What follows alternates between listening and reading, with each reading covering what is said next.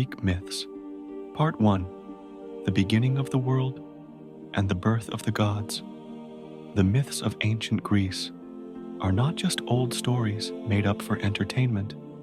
They form an entire world that reflects the dreams, fears, hopes, and wisdom of ancient people. Through these tales, the Greeks explained how the world came into being, where gods, humans, and animals came from, why thunder rumbles, lightning flashes, diseases spread, and what awaits the soul after death. For the Greeks, myth was not fiction, but a part of reality. They believed the gods lived nearby, on Mount Olympus, in the depths of the sea, or in the underworld. Each myth carried meaning. It taught courage, justice, cleverness, humility before fate, or the striving for immortal glory. And so, our journey begins with the most important question: how was the world created? Chaos and the first beings. In the beginning, as the ancients said, there was neither earth, nor sky, nor sea. There was only chaos, a dark abyss, endless and nameless space.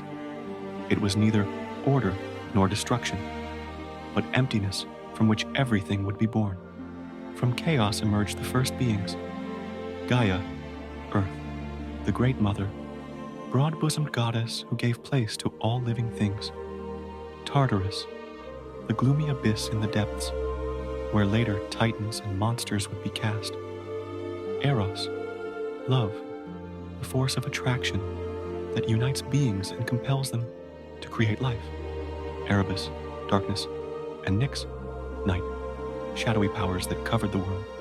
From night came Hemera, day, and ether, bright air. Thus day and night began to alternate. Gaia herself gave birth to Uranus, sky, the starry heavens; mountains, clothed with forests; Pontus, sea, the endless waters. Thus, when the sky stretched over the earth and the sea embraced the shores, the world began to take shape. The union of Gaia and Gaia and Uranus became wife and husband. Their union was fruitful, and they gave birth to mighty beings.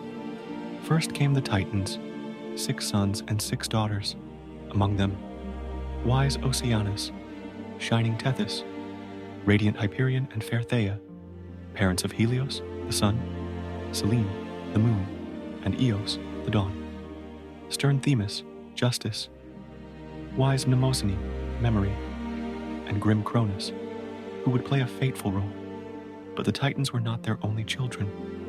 Gaia and Uranus also had 3 Cyclopes, one-eyed giants, mighty smiths of thunderbolts; the monstrous Hecatonchires, beings with 100 hands and 50 heads. Uranus hated these children and locked them in Gaia's depths. The earth groaned, suffering under their weight. The revolt of Cronus Gaia, in pain and anger, forged a sickle of steel and called upon her children: "My children, your father is cruel. Who among you will dare to rise against him and end his tyranny?" All were silent in fear, except for Cronus, the youngest and boldest. When Uranus descended to Gaia, Cronus struck with the sickle and cut off his father's power. From Uranus's blood sprang the Erinyes, Furies, the giants, and the Meliae, ash tree nymphs. From the foam of the sea, mingled with his seed, arose the goddess of love, Aphrodite. Thus was Uranus dethroned, and Cronus became ruler of the cosmos. The age of Cronus reigned with his sister wife, Rhea. His rule was called the Golden Age. People lived in peace, without wars or suffering, and the earth gave all they needed. But Cronus feared prophecy. One of his children would overthrow him. So, each time Rhea bore a child, Cronus swallowed it whole. Thus were lost Hestia, Demeter, Hera, Hades, and Poseidon, the birth of Zeus. When Rhea expected her 6th child, she resolved to save him. On Crete, she gave birth to Zeus and tricked Cronus by wrapping a stone in swaddling clothes, which he swallowed instead. Zeus was hidden in a cave, nursed by the goat Amalthea and guarded by the Curetes, young warriors who clashed their shields to mask his cries. Zeus grew strong. When he came of age, with the help of Metis, he made Cronus vomit up his swallowed children. United, they rose against the Titans, the Titanomachy, war of gods and Titans. The Great War shook the world. At first, the Titans held power, but Zeus freed the Cyclopes and Hecatonchires. The Cyclopes forged weapons for the young gods, thunderbolts for Zeus, a trident for Poseidon, and a helm of invisibility for Hades. With these, the Olympians triumphed. The Titans were cast into Tartarus, guarded by the Hecatonchires. Thus ended the rule of the Titans and began the reign of the Olympians. Part 2. The Olympian Gods and the Establishment of Power. After defeating the Titans, the young gods divided the world among themselves. Zeus took the sky and the power of thunder and lightning. Poseidon took the sea, the depths, and all rivers, and Hades took the underworld, the realm of the dead. The earth and Olympus remained shared domains for all gods. Zeus became the supreme ruler of gods and humans. His throne stood atop Olympus, surrounded by clouds and radiance. His symbols were the eagle and the thunderbolt. He was considered a strict judge, but also cunning. He could deceive to achieve his goals, and he often descended to the mortal world, falling in love with human women. On sacred Mount Olympus lived the main gods, each with their own character and responsibilities. Hera, Zeus's wife, goddess of marriage and family, was jealous and often punished Zeus's lovers and their children, but she also protected women and upheld the sanctity of marriage. Poseidon, ruler of the seas, could summon storms and earthquakes with his trident. Sailors prayed to him for calm journeys.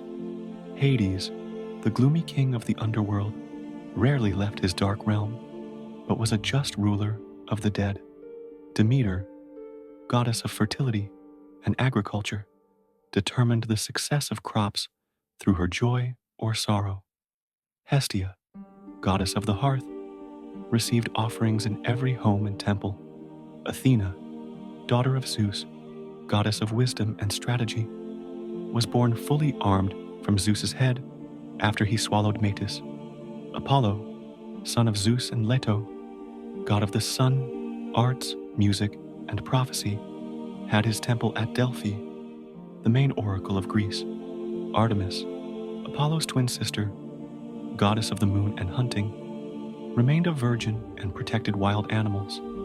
Ares, god of war, son of Zeus and Hera, was feared because he brought bloodshed and destruction. Aphrodite, goddess of love and beauty, born from sea foam, could captivate anyone. Hephaestus, god of smithing and craftsmanship, though lame, forged wondrous weapons and ornaments for the gods. Hermes, clever messenger god, protector of travelers, merchants, and thieves, traveled swiftly on his winged sandals. Dionysus, god of wine, joy, and inspiration, later joined Olympus, replacing Hestia. The Olympian pantheon thus formed the gods who ruled the world and influenced human fate. Though the Titans were defeated, the world was not yet at peace.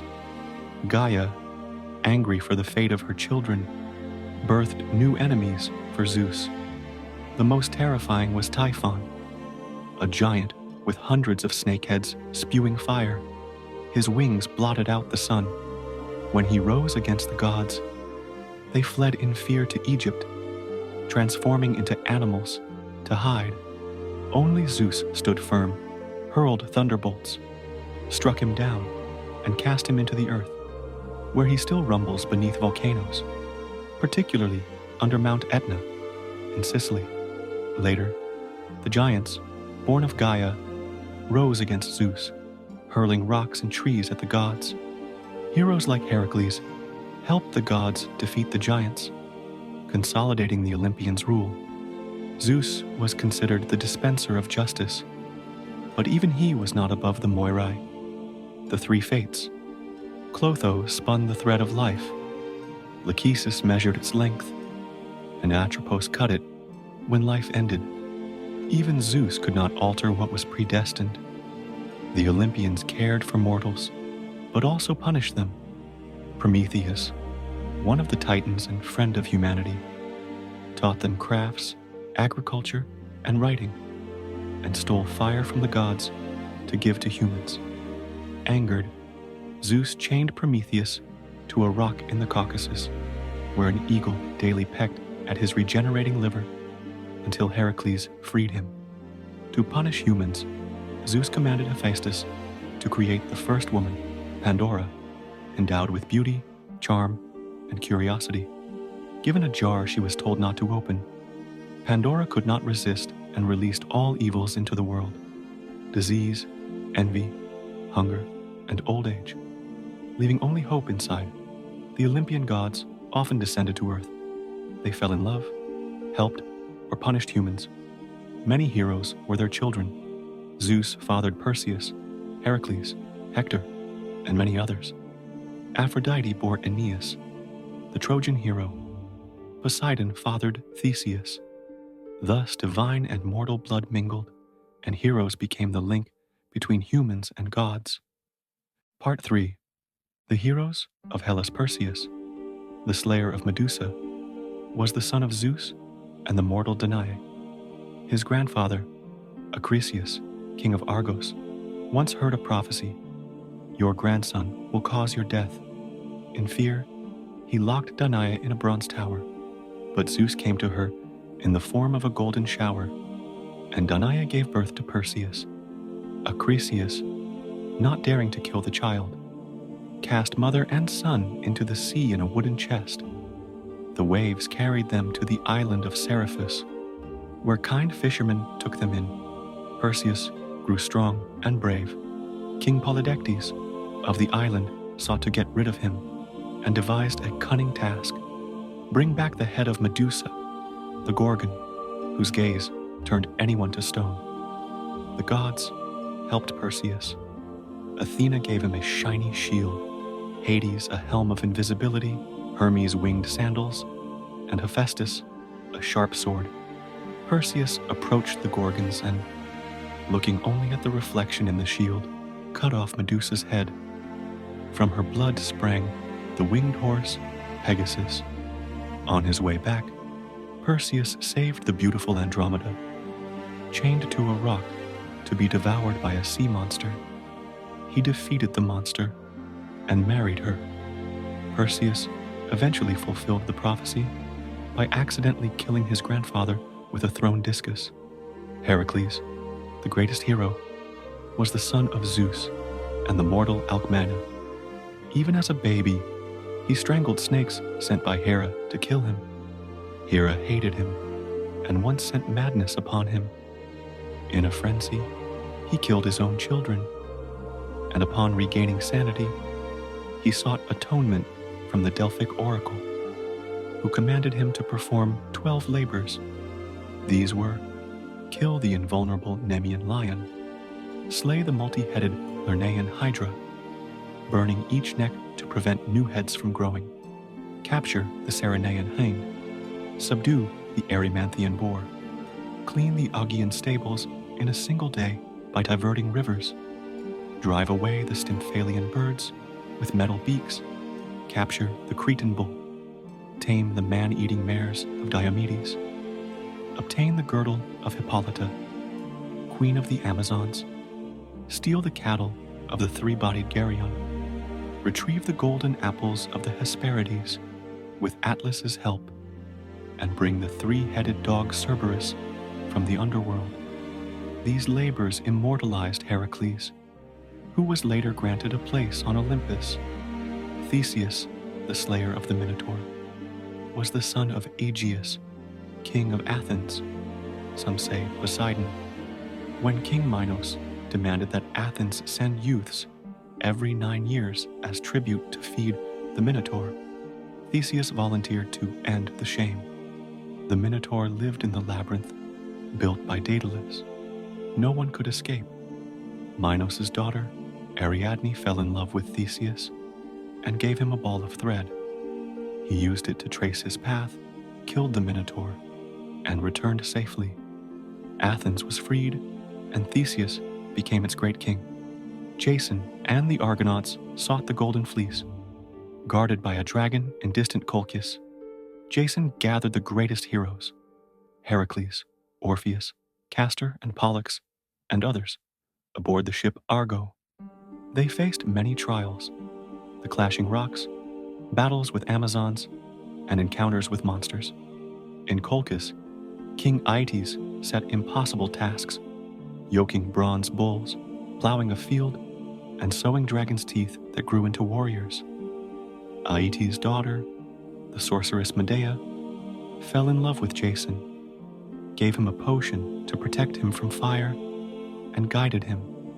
Jason succeeded and fled with Medea and the fleece, though their love ended tragically after her revenge. Achilles, the greatest warrior of the Trojan War, was the son of the sea goddess Thetis. His mother tried to make him immortal by dipping him in the sacred waters of the Styx, holding him by the heel. His body became invulnerable, except for this heel. He was swift and fierce, and his wrath determined the outcome of battles. His friend Patroclus once wore Achilles' armor and was killed by Hector.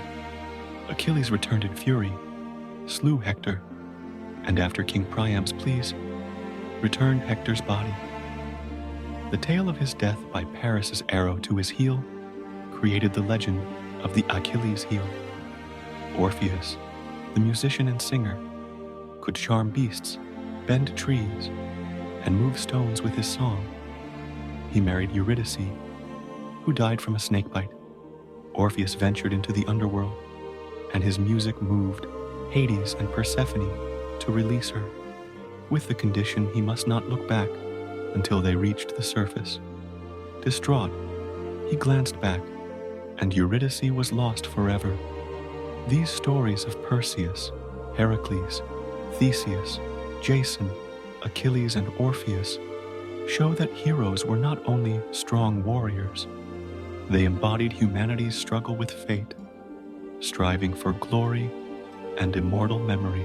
Part 4, Chapter 1, The Trojan War.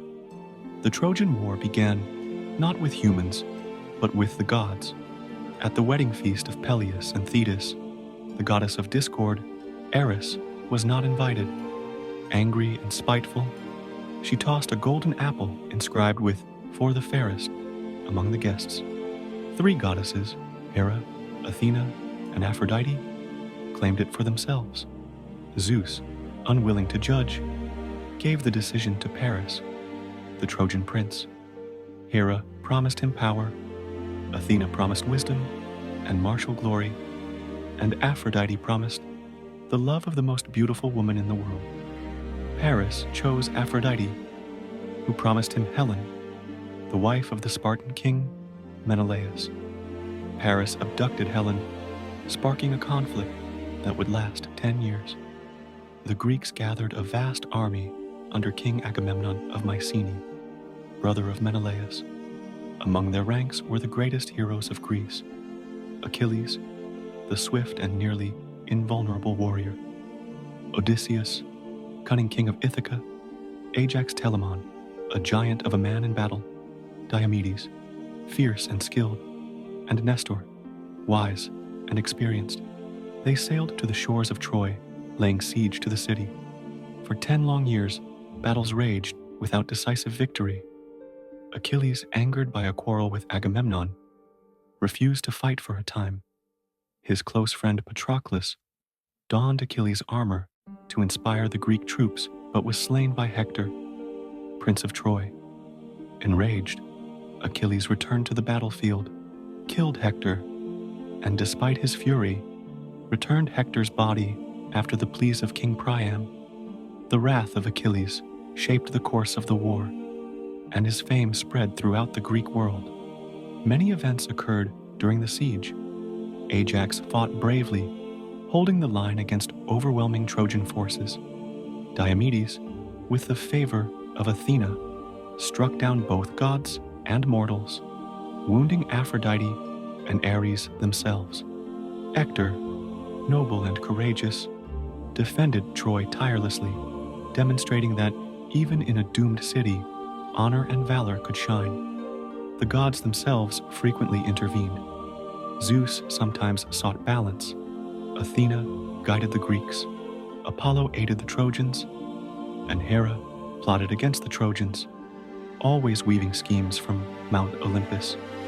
Despite the heroism, neither side could win outright. The Greeks suffered from hunger and fatigue, and the Trojans feared the walls of their city might soon be breached. Odysseus, known for his cleverness, proposed a stratagem that would finally end the stalemate. The Greeks constructed a massive wooden horse, hollow inside, in which a group of warriors could hide. The Trojans, believing it to be an offering to Athena and a token of surrender, brought the horse inside the city walls. That night, the Greek soldiers emerged, opened the gates for their comrades, and Troy was consumed by fire and slaughter. The city fell, and its heroes were slain or taken captive, while Greek victory was complete. Yet even with the war over, the fates of the Greeks were far from peaceful.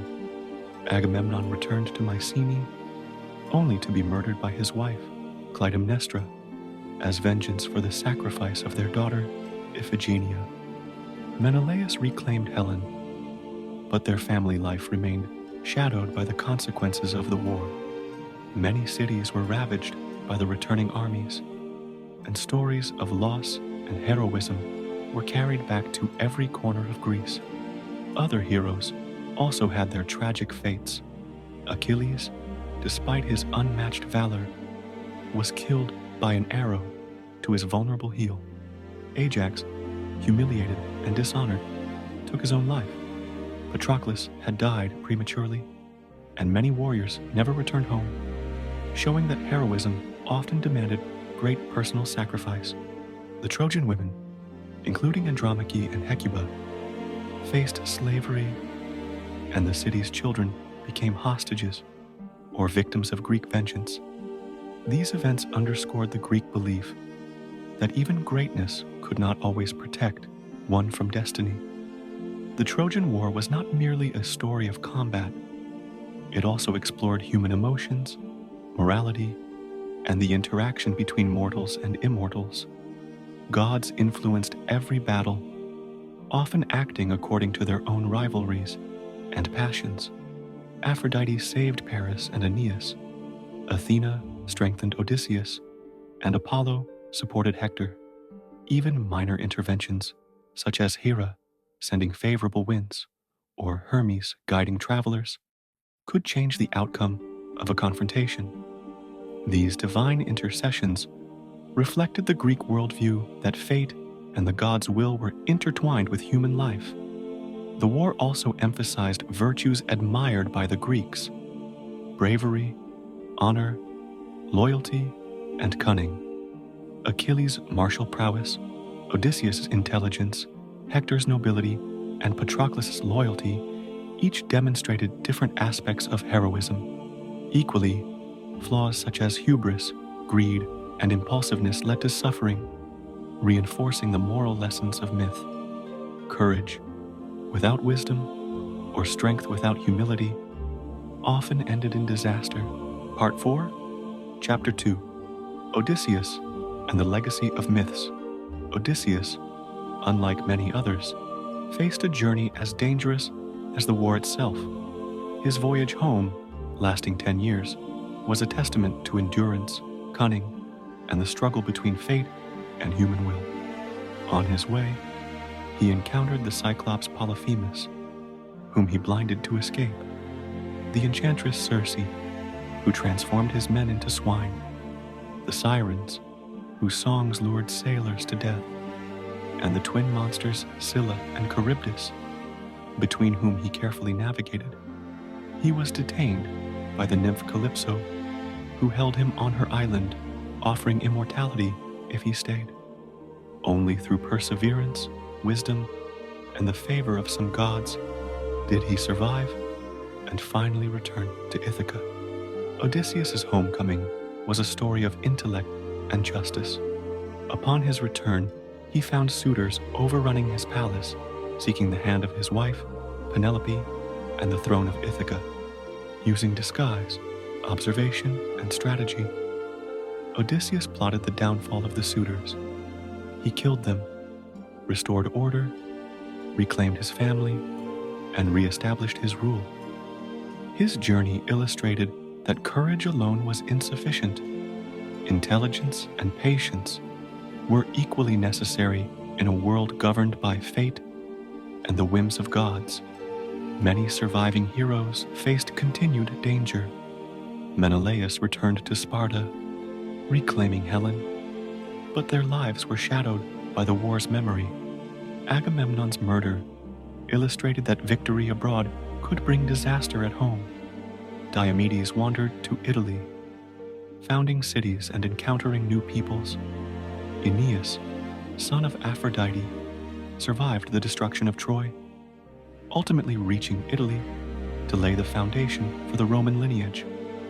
Linking Greek myth to later civilizations, the legacy of the Trojan war myths extended beyond battles. They taught lessons about human nature, the inevitability of fate, and the necessity of cleverness alongside courage. They explored themes of love, revenge, loyalty, and the consequences of pride and envy. Through these stories, the Greeks sought to explain human suffering, societal obligations, and the moral universe in which humans and gods coexisted. The myths of Troy and the heroes' journeys demonstrate a universe where humans and gods interact constantly, where heroism requires strength, intelligence, and morality, and where fate remains inescapable. These stories teach that glory and suffering are intertwined, that choices carry consequences, and that memory and reputation preserve human deeds beyond death. The myths illustrate the interplay between human choice and divine will. Heroes were mortal, yet capable of achieving legendary status through deeds, intelligence, and courage. Gods were powerful but capricious, showing that even mortals' fates depended on forces beyond their control.